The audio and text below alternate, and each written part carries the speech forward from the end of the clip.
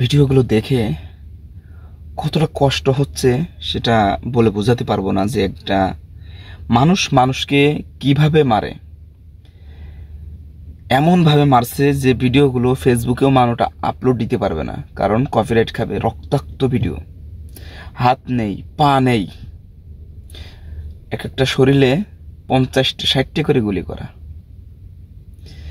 ছাত্ররা যদি এখন পিছু হাঁটে তাহলে ছাত্ররা মৃত্যুবরণ করবে। ঠিক এই ছাত্ররাই যদি এখন সামনে অগ্রসর হয় তাহলে এই ছাত্ররা জীবিত থাকবে। এটাই মূল কথা। মামুনুল হক সাহেব একটা কথা বলতো না এরকম,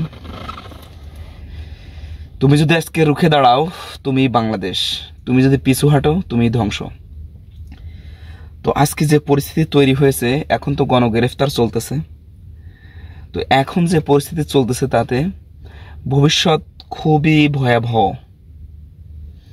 চক্রান্ত করেই এই যে পাখির মতো গুলি করে মারা হয়েছে মানুষগুলোকে, নিরপরাধ মানুষ,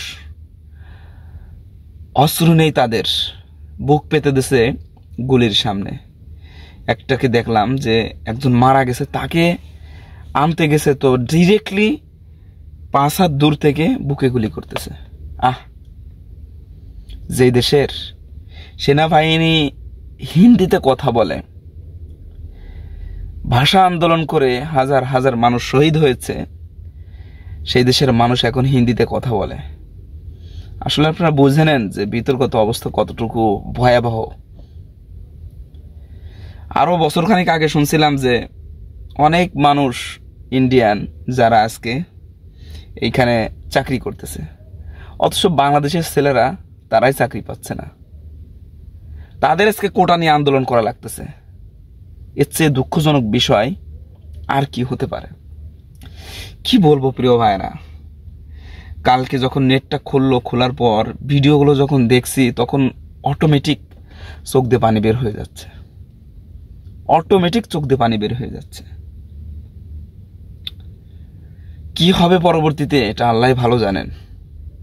তবে ছাত্ররা যদি এখন পিছন দিকে ফেরে বা গাদ্দারি করে তাহলে এর পরিণতি খুবই ভয়াবহ হবে। যাদের সাথে গাদ্দারি করতেছে তারা ক্ষতি করবে না, কিন্তু যাদের সাপোর্ট নিয়ে কাজ করবে তারাই ক্ষতি করবে।